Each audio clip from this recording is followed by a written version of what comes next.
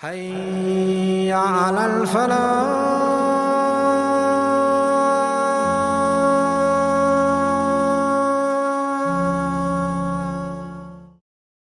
اعوذ باللہ من الشیطان الرجیم بسم اللہ الرحمن الرحیم.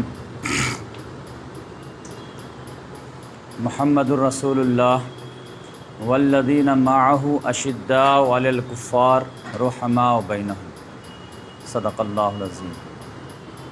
محترم سامعین کرام اور محترم ناظرین، ابھی آپ لوگوں کے سامنے سورہ فتح کی ایک آیت کی تلاوت کی گئی ہے، جس کا ترجمہ ہے کہ محمد صلی اللہ علیہ وسلم اللہ کے رسول ہیں اور جو ان کے ساتھی ہیں ایمان لانے والے، اشداء علی الکفار، کافروں پر سخت ہیں اور آپس میں رحم دل ہیں. آج ہمارا جو پروگرام ہے خلفاء راشدین کے تعلق سے جو سلسلے وار پروگرام چل رہا ہے، اور یہ 6واں پروگرام. تو ہم لوگ جہاں پہنچے تھے کہ حضرت ابو بکر صدیق رضی اللہ تعالیٰ عنہ کا انتخاب ہو گیا تھا. ان کے سامنے جو 4 چیلنجز آئے تھے ان کو انہوں نے بحسن خوبی جو ہے ٹیکل کر لیے تھے. اور پھر جو محمد صلی اللہ علیہ وسلم کا جو عالمی رسالت کا معاملہ تھا کہ محمد صلی اللہ علیہ وسلم ایک خصوصی طور سے عرب کی طرف آئے تھے اور عمومی طور سے پوری دنیا کے لیے آئے تھے، تو دونوں طرف جو ہے دین کو بڑھنا تھا. اس میں جو ہے ایک پرابلم یہ تھا کہ یہ سعودی عرب ہے، یہاں پہ مکہ ہے، مدینہ ہے، اور یہ جزیرے نما پورے عرب میں جو ہے اسلام غالب ہو گیا تھا. اور حضرت ابو بکر صدیق رضی اللہ تعالیٰ عنہ کے ٹائم میں جو تھوڑا سا پرابلم آیا تھا اس کو بھی انہوں نے اچھے سے کنٹرول کر لیے تھے. اب یہ تھا کہ اس کا انٹرنیشنل فیز چالو ہونے والا تھا. تب انٹرنیشنل فیز چالو ہونے میں 2 بہت بڑا پرابلم تھا کہ رائٹ سائڈ میں جو ہے پرشین امپائر مضبوطی کے ساتھ ٹکی ہوئی تھی اور لیفٹ سائڈ میں جو ہے رومن امپائر، اور دونوں 1000 سال سے اوپر کی امپائر تھی. تو یہ جو ہے میں بورڈ پہ بنا دیتا ہوں تو آپ دیکھیں گے.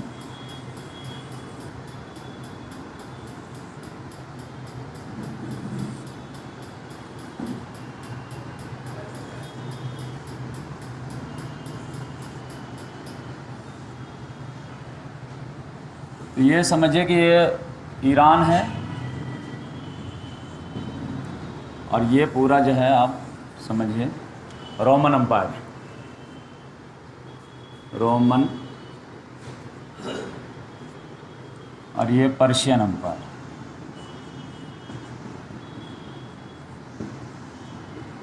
اور یہاں جو ہے یمن ہے، عمان ہے، UAE ہے، یہ قطر ہے، یہ بحرین ہے، یہاں پہ جو ہے کویت ہے، یہ مکہ ہے، یہ مدینہ ہے، اور یہاں پہ تبوک ہے. تو یہ جو سمجھے یہ پورا جو ہے یہ پورا جزیرہ نما عرب ہے. آپ جانتے ہیں کہ یہ سعودی عرب ہے، سعودی عرب کی راجدھانی ریاض ہے، یمن کی راجدھانی جو ہے صنعاء ہے، عمان کی راجدھانی مسقط ہے، UAE کی راجدھانی جو ہے ابو ظہبی ہے، قطر کی راجدھانی دوحہ ہے، بحرین کی راجدھانی منامہ ہے، کویت کی کویت سٹی ہے. یہ 2 جو ہے اس کو 2 حصے میں اگر آپ ڈیوائیڈ کریں گے تو یہ عراق اور یہ شام. لیکن اس زمانے میں شام سمجھیے کہ 5 کنٹری، کہ شام ہی کے اندر لبنان بھی آج کا جو ہے، شام ہی کے اندر جو ہے اردن بھی جس کو جارڈن بولتے ہیں، اور شام ہی کے اندر جو اسرائیل بھی، اور شام ہی کے اندر جو فلسطین بھی، اور سیریا جو ہے وہ خود بھی.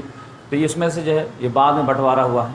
تو عراق کی راجدھانی بغداد ہے اور شام کی راجدھانی جو ہے دمشق ہے. تو اب یقینی بات ہے کہ آگے جانے کے لیے یہ 2 امپائر تھے اور ان دونوں میں ہمیشہ لڑائی رہتی تھی. یہ سمجھیے ترکی ہے، اس کی راجدھانی انقرہ ہے. تو اب یہ رومن امپائر اگر مضبوط ہو جاتی تھی، کوئی بہترین بادشاہ اس کو مل گیا، تو یہ جو ہے طاقت بڑھاتے بڑھاتے وہ یہاں تک آ جاتے تھے، بلکہ کبھی کبھی یہاں تک آ جاتے تھے۔ اور اگر پرشین امپائر اگر مضبوط ہو گئے، اس کو کوئی اچھا بادشاہ مل گیا، تو یہ جو ہے آگے بڑھتے بڑھتے جو ہے ادھر آ جاتے تھے۔ یہ ادھر سمجھیے کہ مصر ہے، ادھر لیبیا ہے، ادھر۔ تو یہ مسئلہ جو ہے ہمیشہ سے جو ہے چلا آ رہا تھا۔ رومن امپائر کے بارے میں پچھلے درس میں بتایا تھا کہ 2200 سال سے جو ہے وہ امپائر ٹکی ہوئی تھی، اور پرشین امپائر جو ہے 550 BC میں قائم ہوئی تھی اور 651 میں ختم ہوئی ہے، سمجھیے کہ 1200 سال۔ اتنے دنوں سے انسانیت پیچھے چلی آ رہی تھی۔ اب اللہ تعالیٰ نے کہا کہ ہم ان دونوں امپائر کے جو ہے ظلم کو ختم کریں گے اور عدل و انصاف قائم کریں گے۔ کس کے ذریعے قائم کرائیں گے؟ اپنے رسول کے ذریعے قائم کرائیں گے۔ تو اب یہاں پہ محمد صلی اللہ علیہ وسلم نے کہا کہ یہ میں فتح کر کے دے دیا ہوں اور ایک مضبوط ٹیم بنا دیا ہوں، اب وہ ہمارے شاگرد جو ہے وہ اس چراغ کو آگے بڑھائیں گے۔ تو اب یہاں سے حضرت ابوبکر صدیق رضی اللہ تعالیٰ عنہ کو 6 مہینہ 8-10 مہینہ تو اسی میں لگ گئے کہ یہاں جو کاؤنٹر ریولوشن بغاوت شروع ہو گئی تھی اسی کو دبانے میں لگ گئے۔ اس کے بعد اب انٹرنیشنل فیز شروع ہوا۔ تو اب آج ہم جو ہے آپ کو بتائیں گے کہ اسلام جزیرے نما عرب سے کیسے نکلا۔ تو اس میں پہلے بریفلی آپ سمجھ لیجئے، بعد میں ہم لوگ رنگ بھر لیں گے اس میں، کہ پہلے نمبر پر عراق کو ٹارگٹ کیا گیا۔ عراق جیسے فتح ہوا تو پھر اس کے بعد شام کو فتح کیا گیا، اور شام جیسے فتح ہوا پھر ایران کو فتح کیا گیا، اب پھر ایران جب فتح ہوا تو پھر مصر کو فتح کیا گیا، اور پھر اس طرح آگے معاملہ بڑھا۔ تو آج جو ہے انشاءاللہ ہم عراق کی فتح کے بارے میں بات کریں گے، تو وہ کیسے ہوا شروع۔ آپ جانتے ہیں کہ مدینہ سے جو فوج خالد بن ولید رضی اللہ تعالیٰ عنہ کی یمامہ میں لڑ رہی تھی مسیلمہ کذاب سے، آخری فیصلہ کن جنگ تھی، تو یہاں پہ خالد بن ولید تھے۔ اب ادھر بھی فوجیں آئی ہوئی تھی، ادھر بھی آئی تھی، ادھر بھی، ہر جگہ، کیونکہ میں پہلے بتا چکا ہوں کہ حضرت ابوبکر صدیق رضی اللہ تعالیٰ عنہ ایک ساتھ 11 فوجیں روانہ کیے تھے، اور اس کا جو ہے ایک جو ہے کمانڈ جو دیے تھے وہ خالد بن ولید کو دیے تھے۔ تو ہر جگہ جنگیں چل رہی تھی۔ تو اس میں کیا ہے، یہاں پہ جو بحرین کا ایریا تھا، کویت تو بعد میں بنا ہے، یہ بحرین کا جو ایریا تھا یہ سمجھے کہ ایران کے بارڈر سے ملتا تھا۔ تو یہاں پر ایک صحابی کو حضرت ابوبکر صدیق رضی اللہ تعالیٰ عنہ بھیجے، ان کا نام تھا علا بن حضرمی رضی اللہ تعالیٰ عنہ۔ یہ یہاں پہ آئے کہ یہاں پر جو باغی لوگ ہو گئے تھے ان کو جو ہے نپٹنے کے لیے، کہ فوراً جو ہے ایران کے جو بادشاہ تھے کسرا، ان کی مدد کی طرف وہ لوگ دوڑ گئے کہ بچائیے ہم کو، جو ہے مارنے آ رہے ہیں ہم مسلمان لوگ۔ اس نے جو ہے ایک چھوٹی سی فوج بھیج دی کہ جاؤ تم مدد کر دو ان کی۔ تو اس لحاظ سے جو علا بن حضرمی رضی اللہ تعالیٰ عنہ کے لیے معاملہ تھوڑا مشکل ہو گیا۔ لیکن یہیں پر جو ہے عراقی کے بارڈر پر جو ہے ایک قبیلہ تھا، شیبانی قبیلہ، بنو بکر، اس میں سے اس کا جو سردار تھا اس کا نام تھا مثنی بن حارثہ شیبانی۔ اب یہ اتنے فیمس صحابی ہیں کہ لوگ ان کے بارے میں بہت کم جانتے ہیں۔ ان کا پورا قبیلہ جو ایمان نہیں لایا تھا، لیکن ان کو بات سمجھ میں آ گئی تھی، یہ محمد صلی اللہ علیہ وسلم کے ہاتھ پر ایمان لا کر کے پھر اپنے ایریا میں چلے گئے تھے۔ جب دیکھے کہ ادھر حق و باطل کی جنگ شروع ہے تو فوراً آیا اور علا بن حضرمی رضی اللہ تعالیٰ عنہ کو ساتھ دی، اور یہ بہت جاں باز انسان تھے، لہذا جب وہ طاقت کے ساتھ جو ہے ساتھ دیے ان کا، تو پھر جو ہے معاملہ کنٹرول میں آ گیا اور علا بن حضرمی جیت گئے، اب باغی لوگ ہار گئے۔ اب باغی لوگ جو آئے تھے پھر ایران سے سب وہاں واپس چلے گئے۔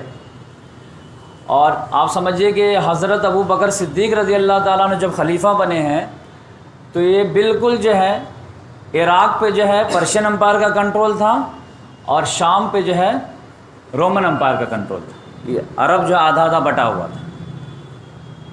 اب حضرت ابوبکر صدیق رضی اللہ تعالیٰ عنہ کا جو ہے ذہن جا رہا تھا کہ میں ادھر سے شروع کروں معاملہ، رومن امپائر سے، لیکن حالات بن گئے پرشین امپائر کی طرف کہ دونوں میں سے کس کو چھیڑیں، کیونکہ دونوں کو ساتھ میں نہیں چھیڑ سکتے۔ دو طاقت مل جائے گی، وہ بھی سپر پاور، ایک ہی سے نپٹ لیجئے تب بھی بہت بڑی بات ہے، چہ جائے کہ دو سے لڑیں۔ لیکن حضرت ابوبکر صدیق رضی اللہ تعالیٰ عنہ کی پوری خواہش تھی کہ ادھر سے لڑو۔ کیوں؟ کیونکہ محمد صلی اللہ علیہ وسلم کے زمانے میں ادھر ہی سے اسٹرگل شروع ہوا تھا۔ آپ جانتے ہیں کہ سفیر کا اس نے قتل کر دیا تھا، اس کا بدلہ لینے کے لیے محمد صلی اللہ علیہ وسلم نے زید بن حارثہ کی قیادت میں جو بھیجے تھے، جنگ موتا ہو گیا۔ لیکن پھر جو ہے اس کا بدلہ لینے کے لیے محمد صلی اللہ علیہ وسلم تبوک گئے، لیکن وہ جو ڈرا میچ ہو گیا، اب پھر محمد صلی اللہ علیہ وسلم آپ نے آخری وقت میں جو اسامہ کا لشکر بھیجے تھے، تو یہ چاروں پانچوں کمپین جو ہے رومانی امپائر سے ہوا تھا۔ ادھر پرشین امپائر والے نے جس سے جو ہے کیا ہوا تھا کہ اس نے خط پھاڑ دیا تھا، لیکن ان کے لوگوں نے ہی اس کو خسرو پرویز کو مار دیا، تو لہٰذا یا تو خود ہی خانہ جنگی تھی، تو اس سے ادھر جو معاملہ چلا نہیں۔ تو ابو بکر صدیق رضی اللہ تعالیٰ عنہ کو یہ تھا کہ یہ بارڈر جو ہے محمد صلی اللہ علیہ وسلم خود ہی اوپن کر دیے ہیں، تو ہم جو ہے اسی کو نپٹتے ہیں جدھر سے راستہ محمد صلی اللہ علیہ وسلم نے دکھائے ہیں۔ لیکن حالات بن گئے کہ ادھر سے معاملہ ہو گیا۔ اب حالات معاملہ کیا ہوا کہ بعد میں ان کو بھی سمجھ میں آیا کہ نہیں، عراقی سے کرنا زیادہ صحیح۔ یہی مثنیٰ بن جو ہے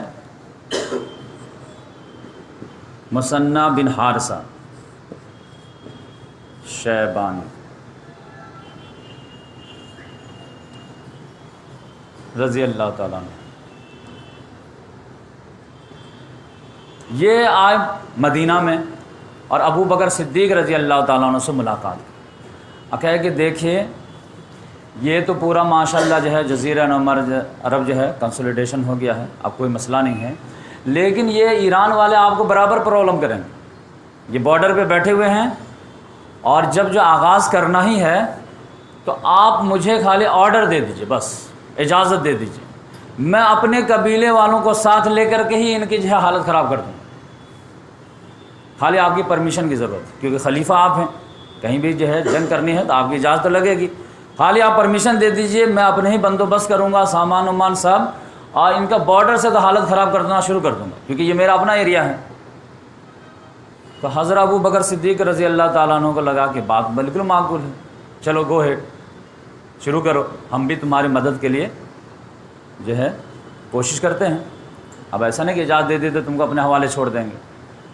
تو اس لحاظ سے جو ہے ادھر سے جو ہے فیصلہ ہوا کہ پہلے پرشین امپائر کی نپٹا جائے، اور اس میں کیا تھا کہ یہاں پر جو ہے اگر عراق فتح ہو جاتا ہے تو یہ بارڈر سیل ہو جائے گا، مسلم مجاہدین مسلم فوج جو ہے یہاں پہ آ کے بیٹھ جائے گی، تو کبھی بھی کچھ بھی معاملہ ہو تو ادھر کی فوج ادھر نہ آئے گی، ادھر کی فوج ادھر نہیں آئے گی، کیونکہ اسلام نے مزاج بنایا تھا کہ کافر کتنا بھی آپس میں جنگ کرے، وقت آنے پر تمہارے خلاف وہ ایک ہو سکتے ہیں۔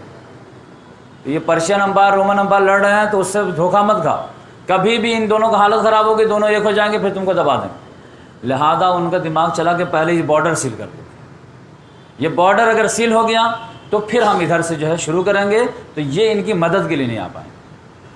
تو اس لحاظ سے انہوں نے کہا کہ پہلے بارڈر سیل کر دیں، اس کے لیے جو ہے صرف مثنیٰ بن حارثہ سے تو کام نہیں چلے گا، لہذا انہوں نے ادھر کا پسپونڈ کیا، پہلے عراق کا جو ہے دھیان دیا۔ عراق کے بارے میں تو آپ جانتے ہیں کہ جو ہے دجلہ فرات، ما بین النہرین، میسوپوٹامیہ جو ہے ایک تہذیب تھی، اور اس کے بارے میں کہا بھی جاتا ہے کہ کریڈل آف سویلائزیشن، بہت ساری تہذیبیں وہاں جنم لی۔ تو حضرت ابو بکر صدیق رضی اللہ تعالیٰ عنہ 2 فوج تیار کی، اور 2 فوج کے 2 سپہ سالار بنائے، اور کس کو بنائے؟ نمبر 1 خالد بن ولید رضی اللہ تعالیٰ، اور دوسری فوج کے کمانڈر بنائے ایاز بن غنم رضی اللہ عنہ۔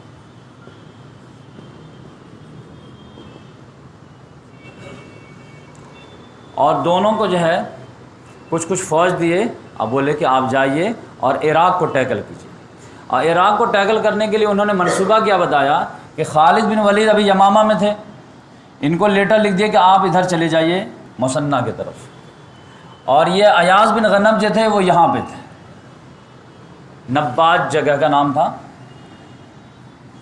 تو ان کو بولے آپ ادھر سے چلے جائیے، اور ان کو بولے کہ آپ ڈائریکٹ ادھر سے ہوتے ہوئے ادھر سے اٹیک کیجیے، اور خالد بن ولید رضی اللہ تعالیٰ عنہ بولے کہ آپ نیچے سے اٹیک کیجیے، اور یہ ادھر دجلہ ہے، ادھر فرات ہے، تو فرات کے کنارے کنارے جو ہے وہ ایک ایک شہر فتح کرتے چلے جائیے، اور یہاں پہ بیچ میں جو ہے وہ ہیرا ہے، یہ جو ہے سمجھے کہ عراق کا جو اس وقت دل کہلاتا تھا، ہارٹ آف عراق، اور یہاں پہ جو ہے کسرا کا فوجی اڈہ تھا عراق میں، اور اس کا اپنا جو کیپٹل تھا وہ تو یہاں پہ تھا مدائن میں، تو یہاں پہ تو بعد میں آیا جائے گا، پہلے عراق فتح ہو جائے۔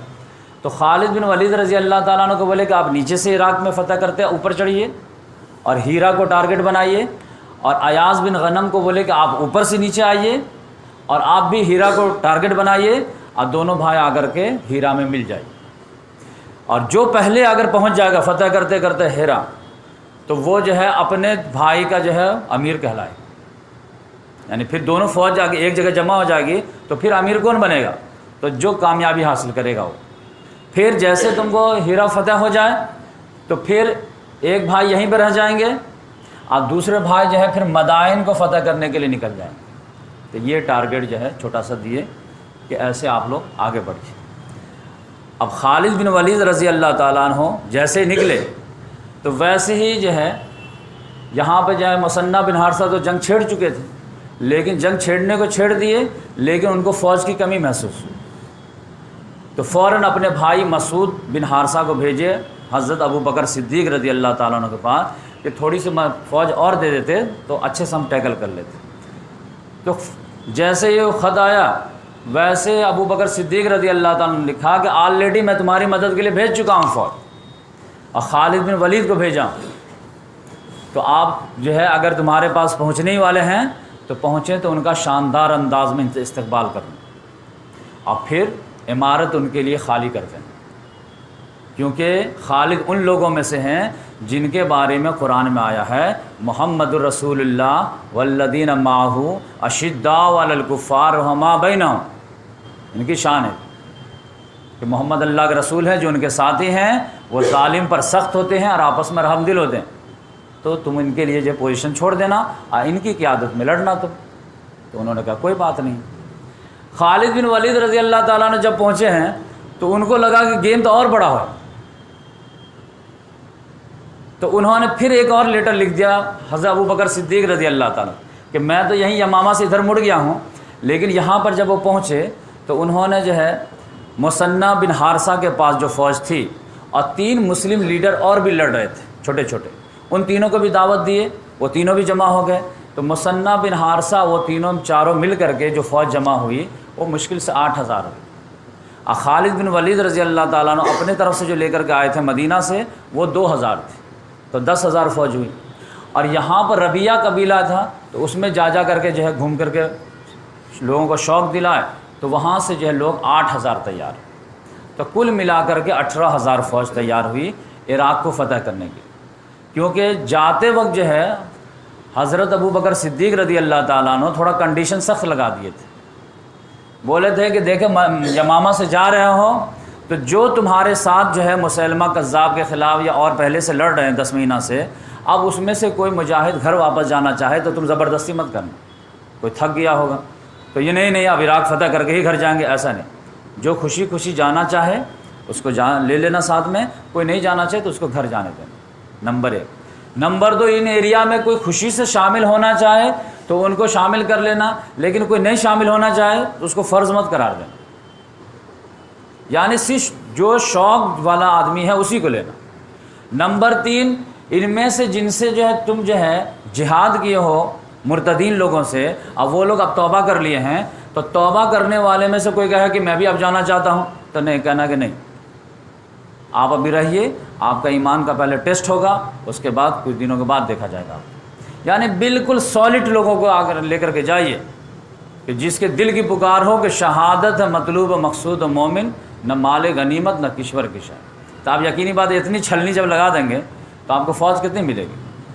تو خالد رضی اللہ تعالیٰ عنہ کو پورا جو ہے سمیٹنے مٹنے کے بعد کل ملا کر کے کتنا ملا؟ 18,000۔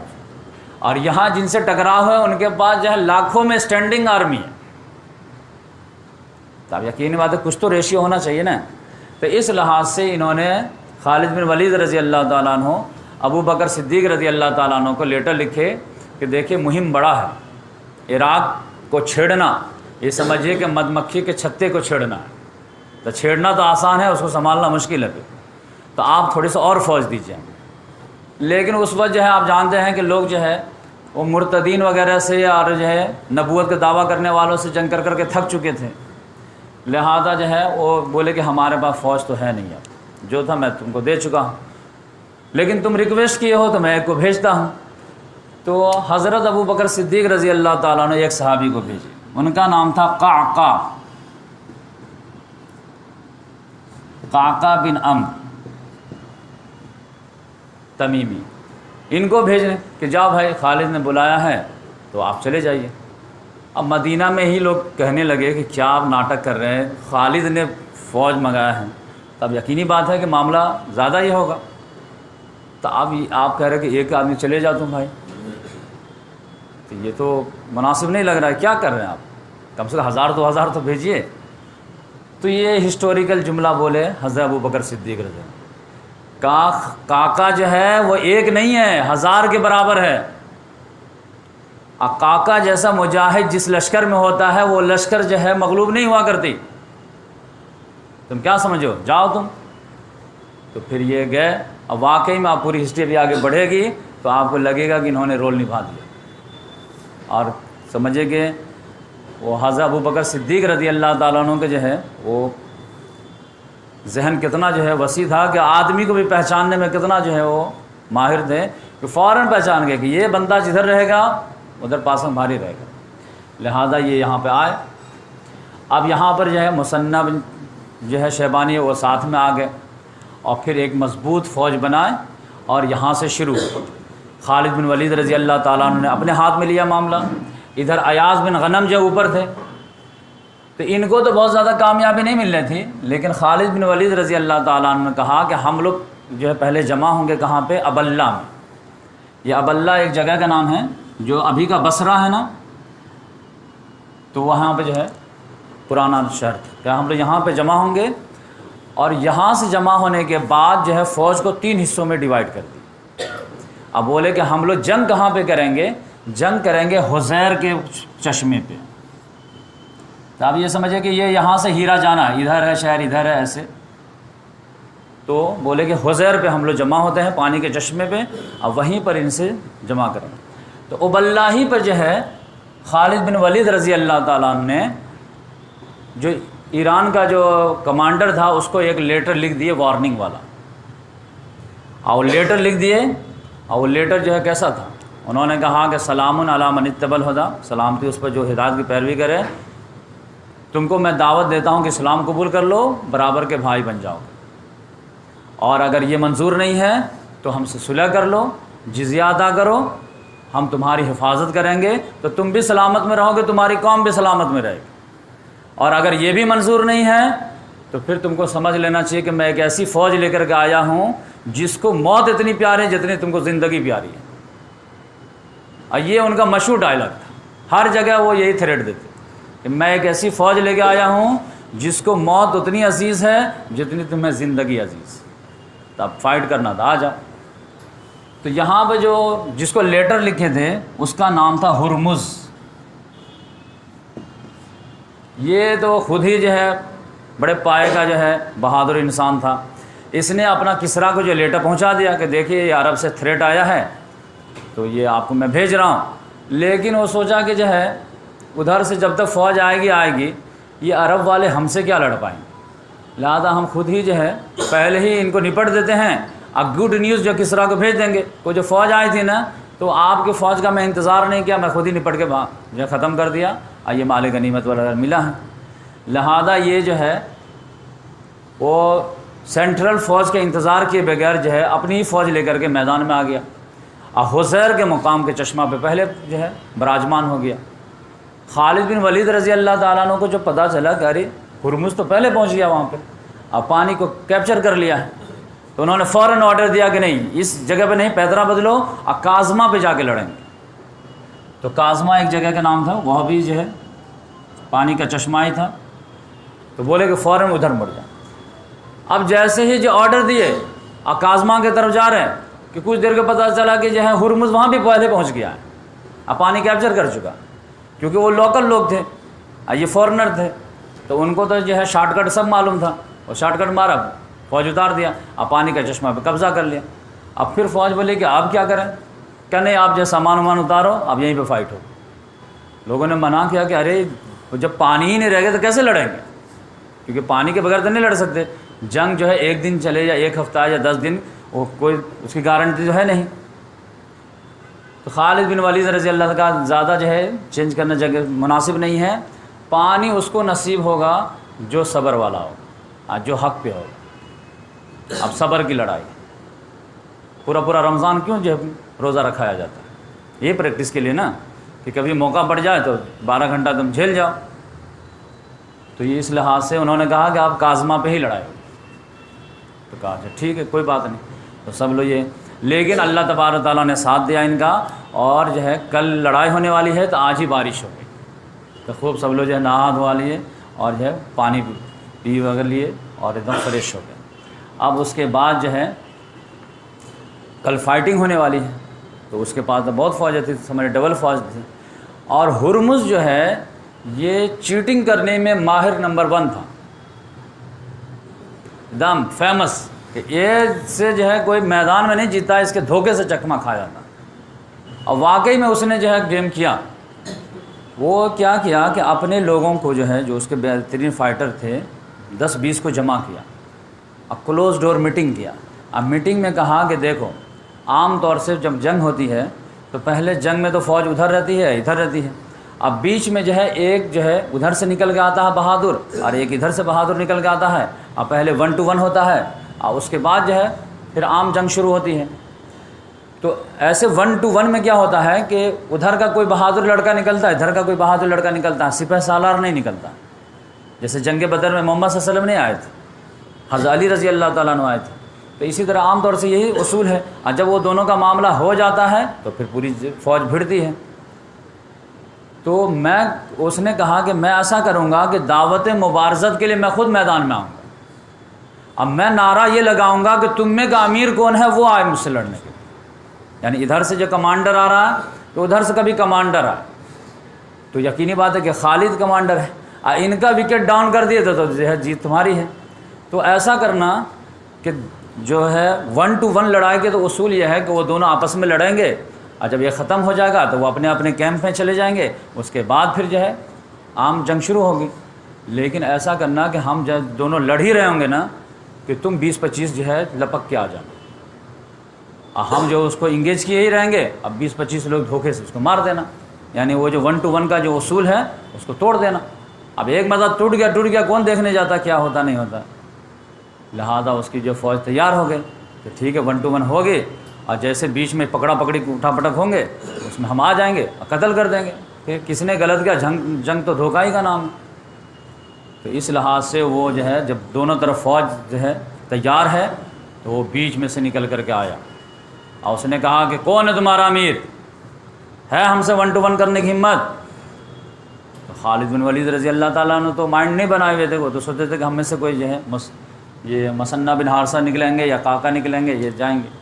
لیکن اس نے نام لے لیا امیر آجا کون ہے. تو پھر انہوں نے بھی ایڑ لگایا گھوڑے کو، میدان میں کود گئے. تو وہ بھی جو ہے بہت مضبوط تھا ہرمز جو ہے، اور یہ بھی بہت مضبوط تھے. تو کافی جو ایکسچینج آف وار ہوتا رہا، لیکن بالآخر جو خالد بن ولید رضی اللہ تعالیٰ نے اس کو پٹک دیا. اور پٹک دیا، وہ جو ڈھال لیے ہوا تھا اسی ڈھال سے اس کو مچنے لگا. لیکن اتنا ہی ابھی جو تلوار رکھ کر کے اسی ڈھال سے جب مار رہی رہتے اس کے گردن پہ، کہ 20-25 جو پوری پلاننگ کے ساتھ تھے وہ آ گئے تھا سامنے، اب گھوڑا دوڑاتے ہوئے آ رہے تھے. اب خالد بن ولید رضی اللہ پیچھے مڑ کے دیکھے یہ کیا ہو رہا، یہ تو جنگ کا اصول نہیں ہے. لیکن اصول پسند کو اصول سکھائیں گے نا، شرم والوں کو شرم دلائیں گے نا، بے شرم کو کیا شرم دلائیں گے. تو وہ تو ایک دم چکرا گیا. لیکن پھر کیا آ رہا پہلے تمہارا تو کام تمام ہو جائے، تو اس کو 4-5 اور دے دی، جب تک وہ اور قریب آ گیا. لیکن اب جو ہے اسے فارغ ہی ہوئے تھے کہ اب ایسا لگا کہ بس اٹیک ہونے ہی والا ہے، کہ پتہ چلا کہ جو ہے پیچھے کسی کی گردن اڑ گئی، دوسرے کی اڑ گئی، تیسرے کی اڑ گئی، 4-5 اڑ گئے. گرد و غبار بہت اڑ رہا تھا اس میں. تو پتہ چلا کہ کون آ کر کے ان لوگوں گردن اڑا دی. تو پتہ چلا کہ قعقاع بن عمرو آ گیا.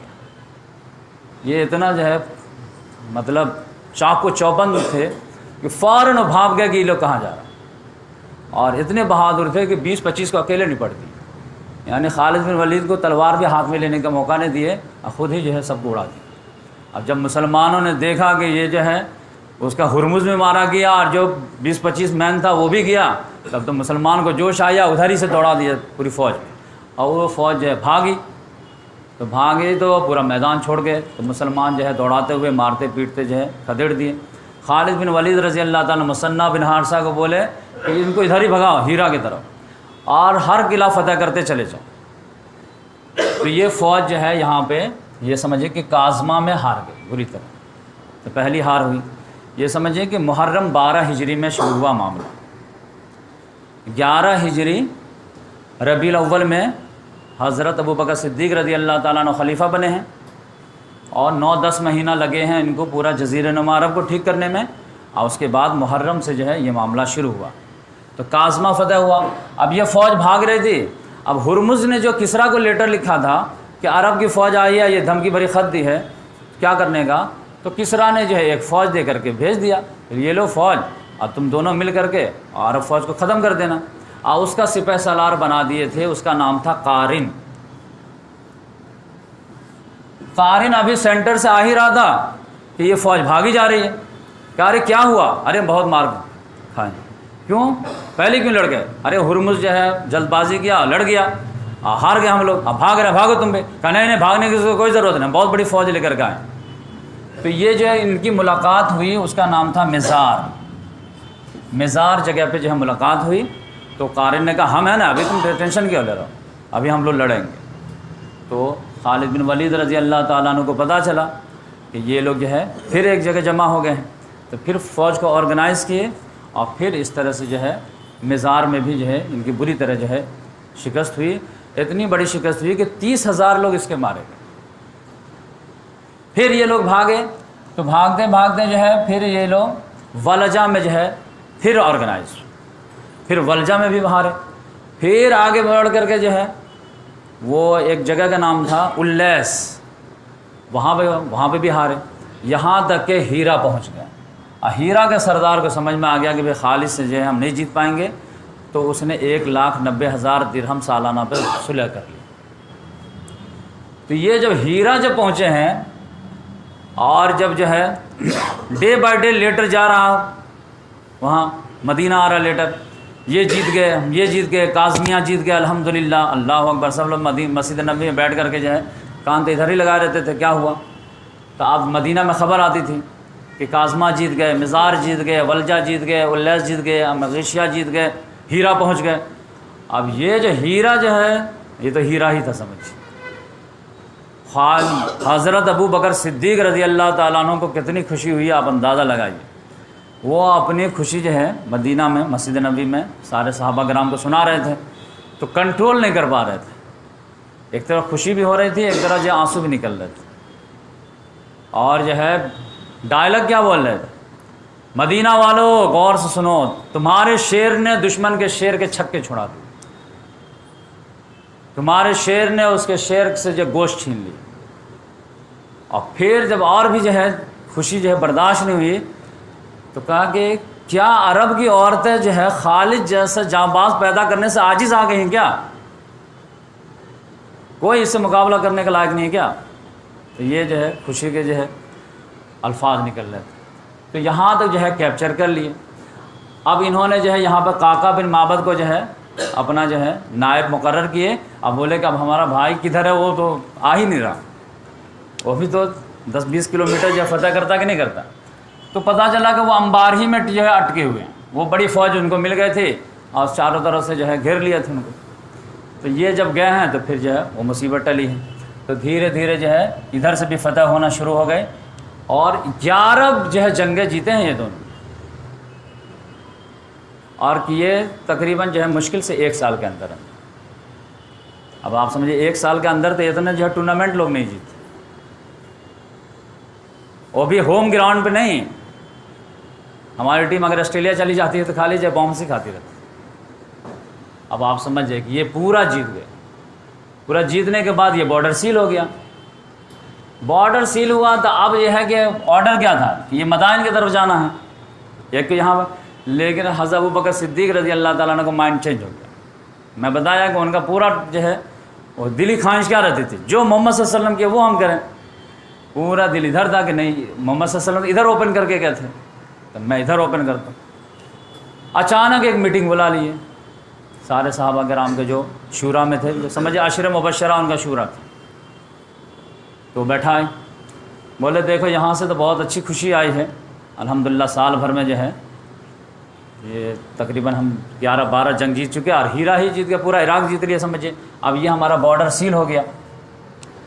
تو اب میری خواہش کچھ الگ ہے، بھائی کیا ہے، سب کان لگا لیے کہ یہ جو بول دیتا تو پھر ہنستے بھی نہیں پیچھے، کہ میری خواہش یہ ہے کہ میں اب جو ہے شام کے طرف جو ہے فوج روانہ کروں۔ کیوں؟ محمد صلی اللہ علیہ وسلم نے جس کو شروع کیے تھے اس کو ہم کو کمپلیٹ کرنا ہے، ورنہ ہم خلیفہ کیوں رہیں گے؟ انہی کی اب مشن کو تکمیل کرنی ہے نا۔ تو اب میں ادھر فوج یہ کرنا چاہتا ہوں۔ حضرت عمر فاروق رضی اللہ تعالیٰ عنہ بیٹھے ہوئے تھے، کا کیا خیال ہے آپ؟ انہوں نے کہا کہ آپ کا معاملات عجیب ہے، جب بھی ہم کوئی اچھی چیز سوچتے ہیں نا تو آپ کو آگے ہی پاتے ہیں۔ ہمارے مائنڈ میں کب سے یہ چل رہا تھا کہ میں آپ سے اس کے لیے میں ملوں، اب بات کروں کہ اب جو ہے یہ ہو گیا نا، تب ادھر شروع کرتے ہیں معاملہ۔ تو آپ نے تو ہمارے منہ کی بات چھین لی۔ تو اور لوگوں سے بھی پوچھے کہ چلو مین جو اپوز کرتے ہیں وہی ہمارے فیور میں ہیں، ان کا بھی مائنڈ یہی ہے۔ اور لوگوں سے بھی بات کی ہے، عبد الرحمن بن عوف سے، عثمان غنی رضی اللہ عنہ، تقریباً لوگوں نے پازیٹیو ہی جو ہے کہا کہ تھوڑی بڑا مارکا ہے تو یہ ہے، لیکن یہ طے ہوا کہ اب ادھر جانا چاہیے۔ تو انہوں نے کہا کہ ہم جو ہے پے در پہ سپہ سالار بھیجیں، ایک نہیں، ایک ابھی بھیجیں گے، ایک ہفتے کے بعد بھیجیں گے، 2 ہفتے کے بعد بھیجیں گے، 3 ہفتے بعد، اور لگاتار وہاں جمع کریں تاکہ ایک ساتھ جو پورے جو ہے کوئی دشمن کرش نہ کرے۔ تو پہلے نمبر پر انہوں نے جو بھیجا یزید بن ابی سفیان کو۔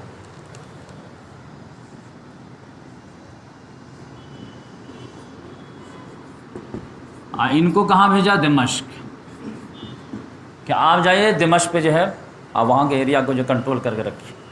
پھر کچھ دن کے بعد بھیجے ابو عبیدہ بن جراح کو، ان کو تو بھیج دیے دم آگے حمص۔ پھر تیسرے نمبر پہ بھیجے شرحبیل بن عمرو کو، ان کو بھیجے اردن میں۔ اور پھر ایک اور فوج بھیجے عمرو بن عاص، ان کو بھیجے فلسطین۔ ہر کو جو ہے 4000 5000 4000 5000 دے دیا۔ اب بولے کہ راستے میں جو بھی مسلمان ایڈ ہوتے جائے تو وہ بھی ایڈ کر لیجیے گا، کوئی فتح بھی کر لیجیے گا چھوٹا موٹا۔ تو اس طرح سے جو ہے یہ سب پہنچے۔ اب بولے کہ ایک ساتھ جو ہے پہلے ماحول بنائیے اور اس کے بعد جو ہے کیپچر کرنے کی کوشش کیجیے۔ لیکن یہ فوج جانے کو تو چلی گئی، ادھر پتہ چلا کہ جو ہے جو وہاں کا جو قیصر بادشاہ تھا ہرقل، وہ تازہ جنگ جیتے ہوا تھا خسرو سے، وہ بالکل مورال ہائی تھا، اور وہ جو ہے ابھی انطاکیہ ہی میں تھا، اسی ایریا میں، قسطنطنیہ میں نہیں تھا۔ اس کو معلوم ہوا کہ مسلمان تو چاروں شہر بڑے بڑے کو گھیر لیا، اس نے آرڈر دے دیا۔ اس کے 2 فوجی اڈے تھے اس زمانے میں، ایک انطاکیہ میں اور ایک جو فلسطین میں، اور لاکھوں کی آرمی تھی اس کے پاس۔ لہذا اس نے کیا کیا کہ 2 تو فوجی اڈے پہلے سے تھے۔ مسلمان کے بعد آپ جانتے جو بھی فوج ہے والنٹیئر فوج ہے، جوش دلا دیے، جوش میں آ گئے تو آ گئے، نہیں آئے تو نہیں آئے۔ ابھی آپ آگے دیکھیے گا، جب قادسیہ فتح ہونے کی بات تھی، حضرت عمر رضی اللہ تعالیٰ 3 دن تک جو تقریر کرتے رہے، ایک آدمی نہیں اٹھا۔ تو یہ ان کے پاس اسٹینڈنگ آرمی تھی، سیلری والی آرمی تھا، یہاں تو ایموشنل والا معاملہ تھا۔ یہاں پہ ہوا کیا معاملہ کہ یہ چاروں فوج کو جو ہے ہرقل نے گھیر لیا، اور ایسا جو ہے جگڑ دیا، وہ جو ہوم گراؤنڈ میں وہ بھی تھا، ایسا پھنسایا اس کو کہ ایک دوسرے سے کنیکٹ ہی نہیں ہونے دے رہا تھا۔ اب کل ملا لیجیے فوج تو ٹوٹل 30,000 بن رہے تھے، کسی کے پاس 7,000، کسی کے پاس 8,000، کسی کے پاس 6,000، کسی کے پاس 9,000، چاروں ملا لیجیے تو لگ بھگ 30,000 فوج تھے۔ اب وہ بھی ایک دوسرے سے کنیکٹ نہیں ہو پا رہے، اور ہر جگہ بارڈر سیل کر دیے۔ تو اب کرے پھنس گئے معاملہ۔ اور وہ جو ہے ہرقل نے کہا کہ بھائی ٹینشن لینے کی ضرورت ہی نہیں ہے، اگر جنگ کو خالی ایسے اسٹال کر کے بھی رکھ دیا نا تو ان کو سپلائی لائن تو کتنی دور ہے، مدینہ ہمارا تو ہوم گراؤنڈ، ہمارا تو پانی کا بھی مسئلہ نہیں، کھانا کا بھی مسئلہ ہے، ان کو تو مدینے سے آئیں گے نا، کتنے آئیں گے، کہاں سے آئیں گے، لہٰذا یہ تو ایسے ہی دم توڑ دیں گے، لہٰذا ان کو تھکا دو یہیں پہ، نہ جانے دو نہ ہلنے دو۔ کوئی بھی جو ہے، اب فلسطین میں جب عمرو بن عاص ہے، اب 5,000 فوج سے تو 50,000 سے نہیں ٹکرائیں گے، لیکن یہ چاروں کسی طرح مل جائیں تو ٹکرائیں۔ اب یہ مسئلہ آ گیا۔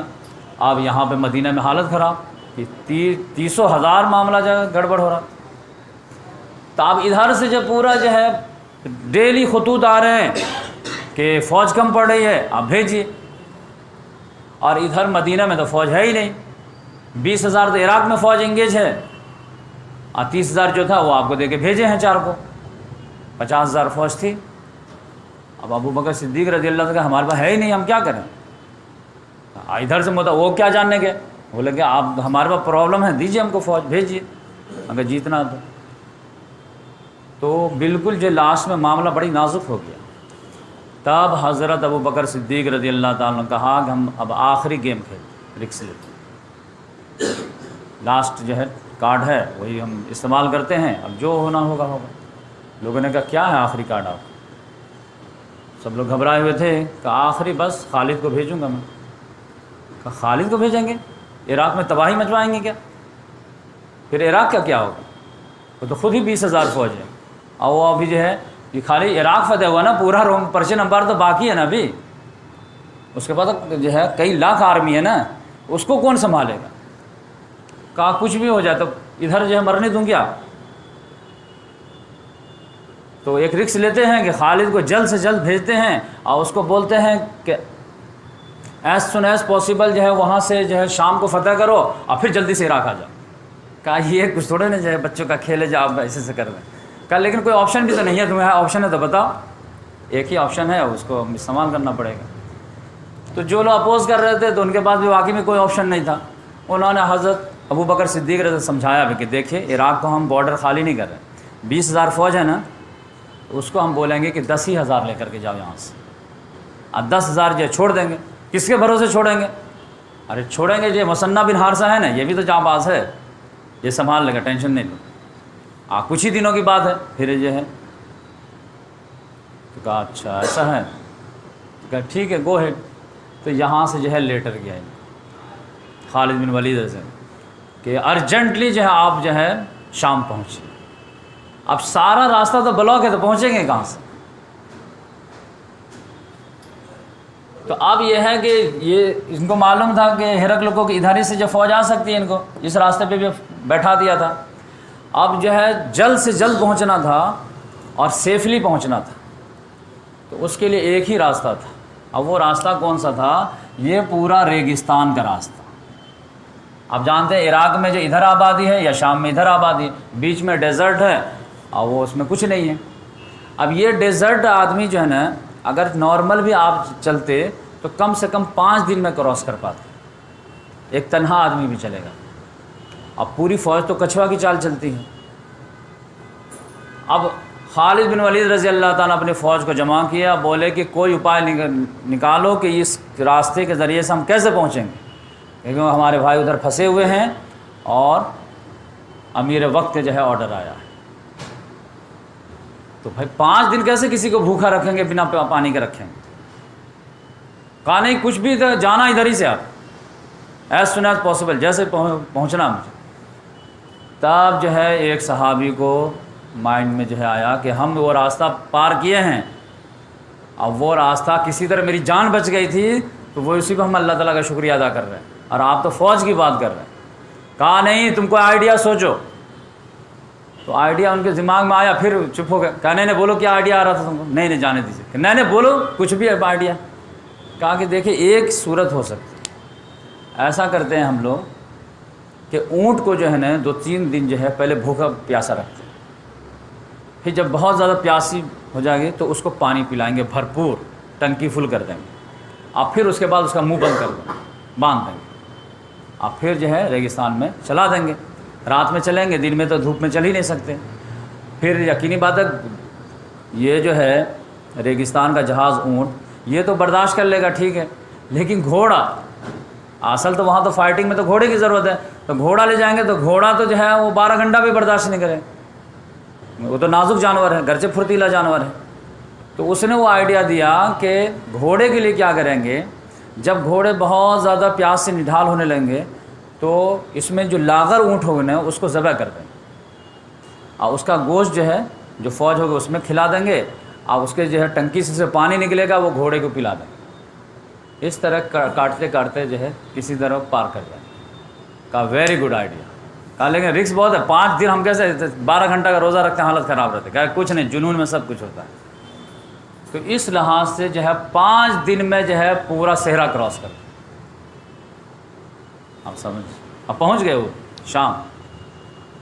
اب مدینہ جب پہنچے ہیں، یہ خبر پہنچی ہے، تو سب تو الحمدللہ خالد سے تو جو ہے امپاسبل کی امید رہتی ہے. یہ تو اکثر لوگ دیکھیں کہ وہ راستہ اپنائے ہیں تو اکثر لوگ انا للہ پڑھ دیے تھے. یہ سوسائڈ ہو رہا 10,000 فوج، کیونکہ جو ہے ریگستان میں معاملہ چلا گیا.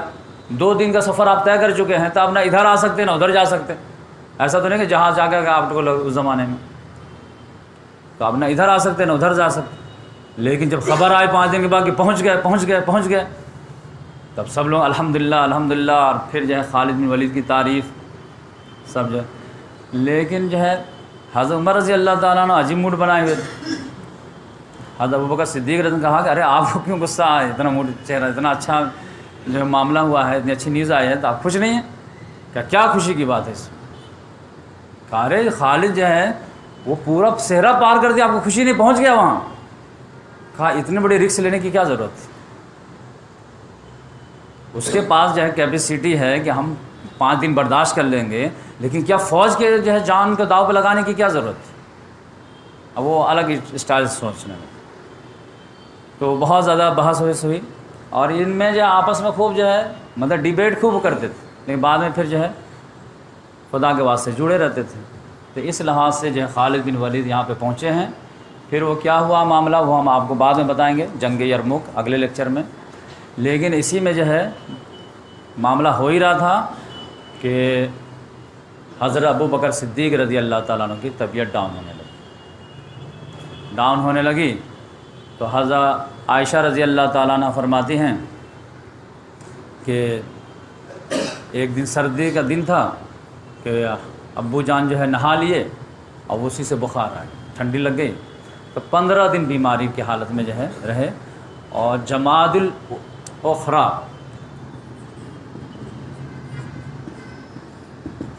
13 ہجری میں جو ہے 15 دن بیماری کے بعد جو ہے انتقال کر گئے.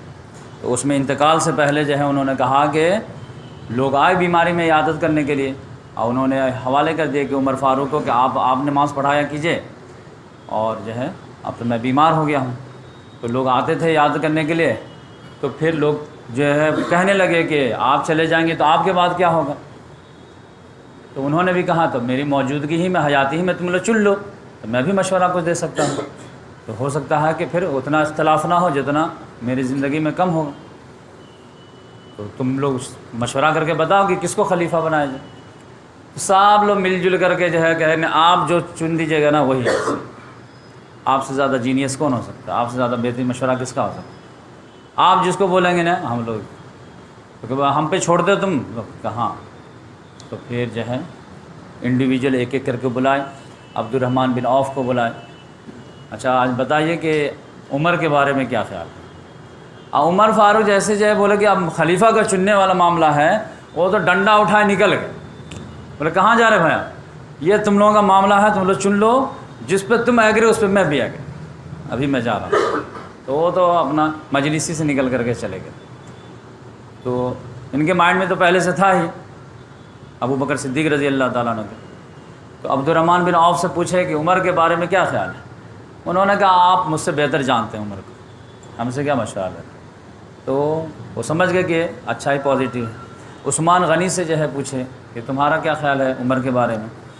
انہوں نے کہا کہ اس کا ظاہر جو ہے جتنا اچھا ہے نا اس سے زیادہ اس کا باطن اچھا. اچھا ویری گڈ. پھر اور لوگوں کو بھی بلائے، سب لوگ جو ہے پازیٹیو دیے. ایک جو ہے طلحہ بن عبید اللہ جو تھے، وہ بھی عشر مبشرہ میں، وہ تھوڑا بھڑک کے کہا ہے کہ آپ اس کے غصہ کو نہیں جانتے، بات میں کتنا غصہ آتے، اور اللہ تعالیٰ قیامت کے دن پوچھے گا کہ اتنا غصے والے آدمی کو بنا دیے تو آپ کیا جواب دیں؟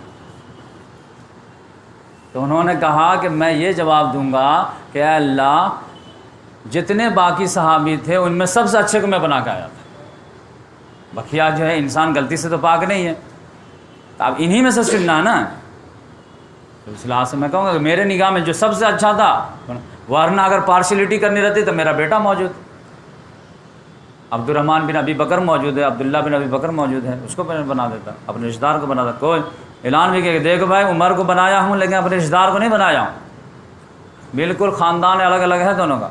اور ہمارے دور خلافت میں سب سے زیادہ اپوز یہی کرتا تھا، لیکن وہ بھی خلوص سے کرتا تھا، ہم بھی اس کو جو ہے آرگو کرتے تھے، خلوص سے کرتے تھے۔ تو اس لحاظ سے جو ہے انہوں نے لاسٹ میں بولے کہ عمر فاروق پہ ہی ہمارے جو ہے، لوگوں نے اعتراض بھی کیا کہ وہ تھوڑے سخت تو ہیں نا، آپ تو مانتے ہیں نا۔ کہا دیکھو سخت ہیں، لیکن میرا جو ہے کہنا یہ ہے کہ میں یہ سمجھتا ہوں کہ اس کی سختی جو ہے نا وہ میری نرمی کی وجہ سے، کیونکہ میں خلیفہ ہوں۔ اب میں ایک طرح جو سافٹ لائن لیتا ہوں تو وہ سمجھتے ہیں کہ لوگ جس کو جو ہے مس یوز نہ کریں تو وہ ہارڈ لائن لے لیتے ہیں۔ تو مجھے پورا اسٹرانگ بلیو ہے کہ جب خلافت کا بوجھ آئے گا نا ان پر تو وہ نرم پڑ جائیں گے۔ یہ تم دیکھ لینا، وہ میرے وجہ سے سخت ہے کہ ایک طرف جو ہے نرم ہے تو وہ بھی نرم ہو جائے، تیسرے بھی نرم ہو جائے تو پھر جو ہے نظام تو نہیں چل پائے گا۔ اگر پرنسپل بھی جو ہے سافٹ ہے اور مینجمنٹ بھی سافٹ ہے تب تو ٹیچر 7 بجے کے بجائے 8 بجے جائیں گے، 1 بجے چھٹی ہے تو 12 بجے چھٹی ہو جائے گی۔ تو نرم گرم دونوں ہونا پڑتا ہے۔ تو اس لحاظ سے عمر فاروق کو جو پتہ چلا کہ بھائی آپ کا جو نام آ گیا ہے اور آپ بھاگ گئے تھے یہاں سے، آپ تو آتے ہی جو گرم ہو گئے تم ان پر، ابو بکر صدیق رضی اللہ کہ آپ مجھے کیوں چن لیے؟ کہا کہ دیکھو تم کو اگر جو ہے ضد کرو گے نا تو یہ تلوار کے نوک پہ بھی بناؤں گا تم کو، بیٹھو یہاں پہ، اب جو ہے آخری ٹائم ہے تو نصیحت وغیرہ لینا تو لے لو۔ تو پھر جو ہے نصیحت وغیرہ جو ہے ان کو کیے سارے چیزیں، اور اس کے بعد جو ہے اپنی بیٹی کو بلائے حضرت عائشہ رضی اللہ تعالیٰ عنہ، اور ان کو کہا کہ بیٹی ہمارے گھر میں کیا کیا سامان ہے جو خاص طور سے بیت المال سے میں دور خلافت میں لیا۔ کہا کہ بیت المال سے تو 2 ہی سامان آپ کے دکھ رہے ہیں، ایک غلام ہے جو بچوں کو جگانے کے لیے ہے، اور ایک اونٹ ہے جو سیراب کھیت وغیرہ کو سیراب کرنے کے لیے۔ بولے دیکھو میرے انتقال کے بعد یہ دونوں عمر فاروق کے حوالے کر دیں، اور حساب لگاؤ تو 2.5 سال میں کتنا جو ہے ضرورت بھر جو ہم کو ملتا تھا نفقہ وہاں سے، پرانا کپڑا اور جو ہے موٹی موٹی روٹی، تو وہ کتنا بنتا ہے تو حساب لگا کر کے بتایا گیا کہ 2.25 سال میں اتنا ہوا ہوگا۔ تو بولے کہ ایسا کرنا کہ میری جائیداد جو ہے وہ جو میں باغ دیا تھا نا تم کو، ایک گفٹ کیا تھا، ایسا کرو وہ مجھے دے دو، اس کو بیچ کر کے جو ہے نا وہ پورا ادا کر دو تاکہ جھنجھٹ ہی ختم ہو جائے کہ کتنا زیادہ لیے کتنا کم لیے جانے۔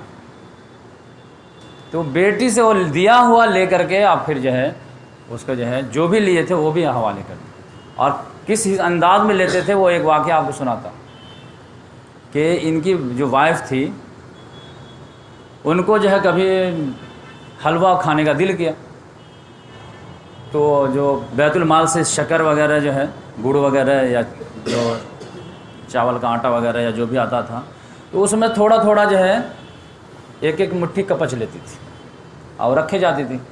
تو رکھے جو ہے 15-20 روز میں تھوڑا میٹھا بھی زیادہ ہو گیا اور چاول آٹا بھی زیادہ ہو گیا، تو اسی کو ملا کر کے حلوہ بنا دی، اب بچوں کو بھی پیش کی اور شاباشی لینے کے لیے حضرت ابو بکر کے سامنے ہی پیش کر دی کہ سوچے کہ جیسے واہواہی ملے گی کہ آج تو نے میٹھا کھلائے۔ وہ فوراً کوشچن کر دیے یہ کہاں سے آیا؟ تو اب اور ڈسکلوز کی کہ ہم شاباشی ملے گی، جانتے ہیں جو آتا نا اسی میں سے تھوڑے تھوڑے میں کپچ لیتی تھی، اب وہ جو 10-20 روز میں اتنا جمع ہو گیا تو آج میں بنا دی ہوں۔ تو آپ سوچیں کہ شاباشی ملے گی، شاباشی میں کیا ملے گی؟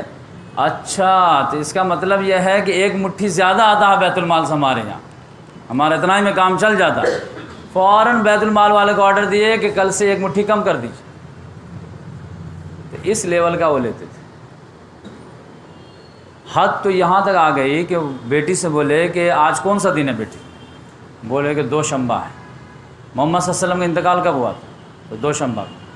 تو مجھے لگتا کہ آج میرا انتقال ہوگا، اور اگر بات صحیح نکل جائے تو کیا کرنا؟ حضرت عمر فاروق رضی اللہ تعالیٰ عنہ کو بولے ایک یہ کہ یہاں پر جو ہے یہ خالد بن ولید تو ادھر آ گئے تھے، یہ بیمار پڑ گئے تھے، اب مصنع بن حارثہ اکیلے پڑ گئے تھے ادھر، 10,000 فوج تھے 8,000، اب یہ جو ہے بہت تیز اٹیک شروع کر دیا اس میں، بات سمجھ میں آئے؟ لیکن یہ جاں باز تھے، کسی طرح سے جو کنٹرول کر رہے تھے اور ٹائم پاس کر کے کسی طرح خالد بن ولید آ جائیں گے، جب ان سے نہیں ہو پایا تو لیٹر لکھنا شروع کیے. لیٹر لکھنے میں تو یہ تو بیمار تھے یا پھر شام میں انگیج ہو گئے تھے. لہذا جو ہے مصنع بن حارثہ خود سے آئے ملنے کے لیے کہ دیکھیے عراق جو ہے کنٹرول نہیں ہو رہا, بہت سخت پریشر آ رہا. تو یہ شام میں بیزی تھے. تو ان کو حضرت عمر رضی اللہ تعالیٰ عنہ کو وصیت کی کہ اگر میں رات میں مغرب کے ٹائم میں مروں تو پھر دفنانے کے لیے صبح کا انتظار مت کرنا, 2-3 گھنٹے میں مجھے دفنا کر کے صبح ہونے سے پہلے مصنع کو فوج پہنچنی چاہیے عراق. اور اگر میں دن میں عراق میں انتقال کروں تو پھر شام کا انتظار مت کرنا اور یہاں عراق میں فوج پہنچنی چاہیے. آپ سمجھ جائیے کہ آپ پھر بیٹی کو بولے کہ بیٹی یہ اگر میرا انتقال ہو جائے, دوشنبہ ہے, پیر ہے, محمد صلی اللہ علیہ وسلم انتقال کیے تھے اسی دن, تو میری بھی امید ہے, میری دعا ہے خاص طور سے, تب میری آج انتقال ہو جائے گا. تو اگر ہو جانا تو میں جو کپڑا پہنا ہوں نا یہ اسی کو دھول کر کے اسی میں مجھے کفنا دینا. کہ ابو جان ایسی کیا بات ہے نا نیا کپڑا کفن کے لیے؟ کہ نہیں, نئے کپڑے کی ضرورت زندہ لوگوں کو زیادہ ہے, مردہ کو جو نئے کپڑے کی ضرورت ہے. جو کپڑا ہے اسی میں دفن ہو جائے گا. اعمال کام آئیں گے کہ کپڑا وہاں پہ کون کام آئے گا؟ تو اس لیول کے جو ان کی تھنکنگ مطلب آپ سمجھ جائیں. تو اس لحاظ سے جو ہے یہ ابھی جو مشن جاری رہے گا, لیکن لوگ آتے رہیں گے جاتے رہیں گے. تو آپ سمجھ جائیے کہ دین کا یہ نقشہ ہے.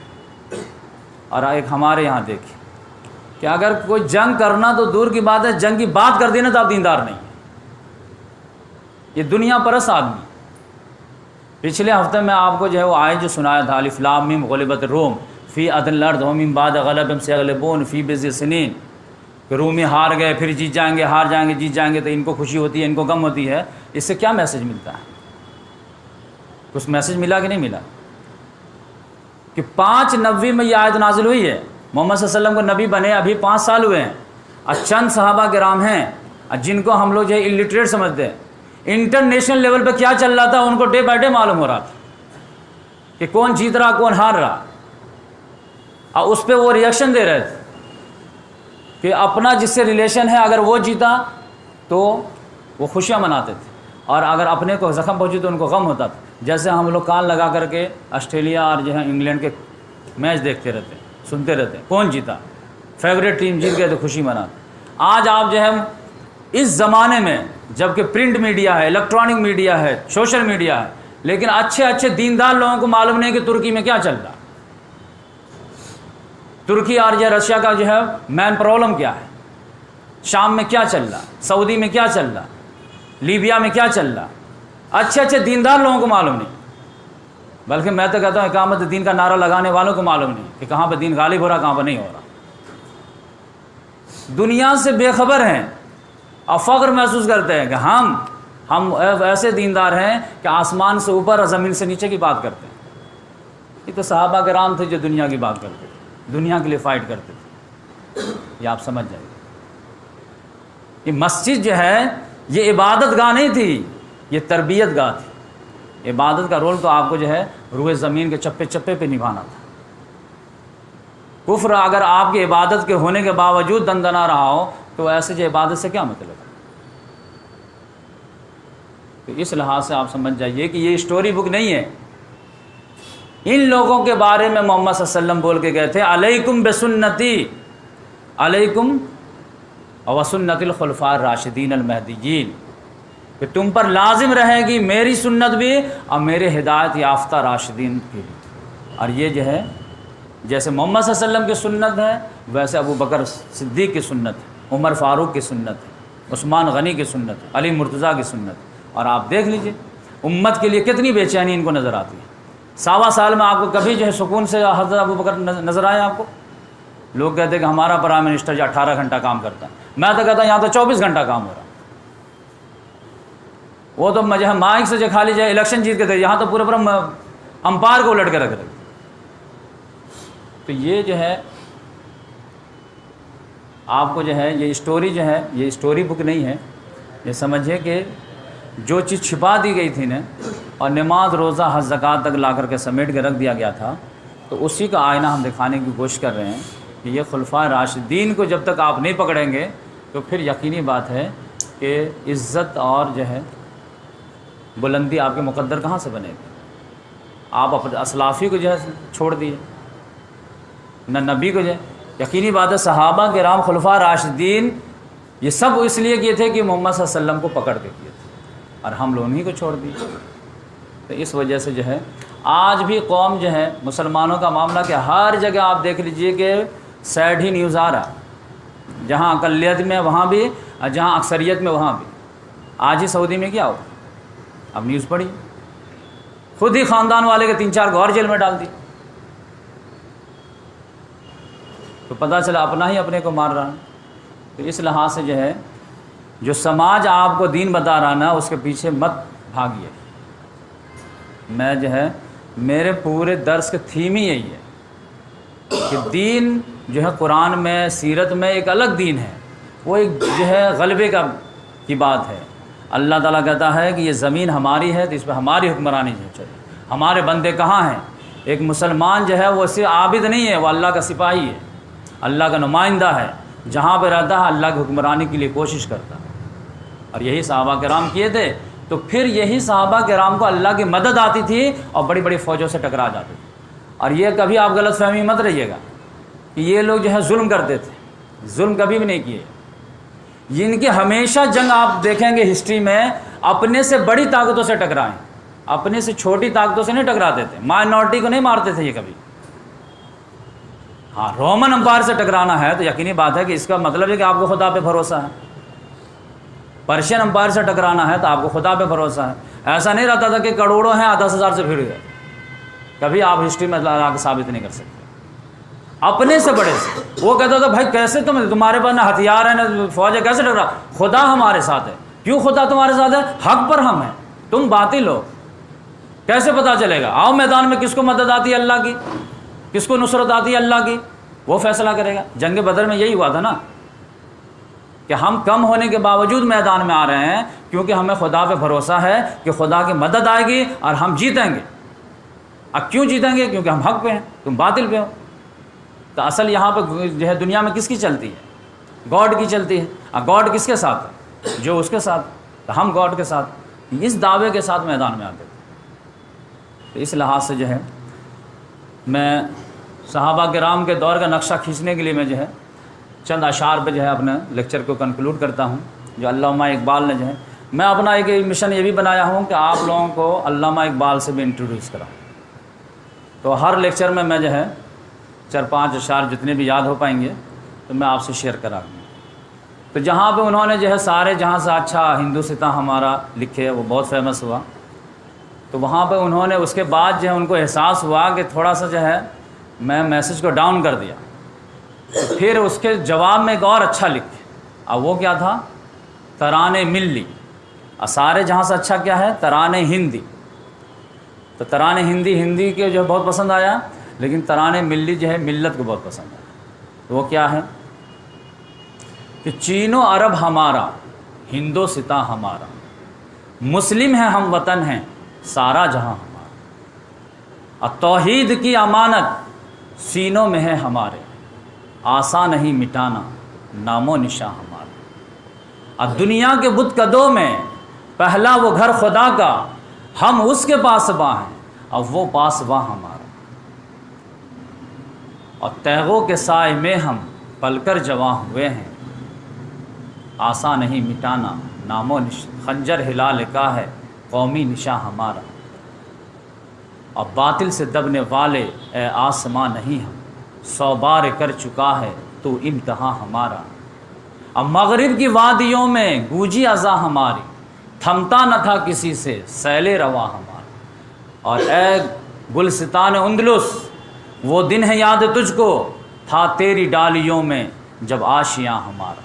اور اے موج دجلہ تو بھی پہچانتی ہے ہم کو، اب تک ہے تیرا دریا افسانہ خواں ہمارا۔ اور اے عرض پاک کہ تو بھی حرمت پہ کٹ مرے ہم، اب تک ہے خون تیری رگوں میں افسانہ خواں ہمارا۔ سالار کارواں ہے میر حجاز اپنا، اس نام سے ہے باقی آرام جاں ہمارا۔ اور اقبال کا ترانہ بانگے درا ہے گویا، ہوتا ہے جاد پیما پھر کارواں ہمارا۔ وآخر دعوانا الحمد۔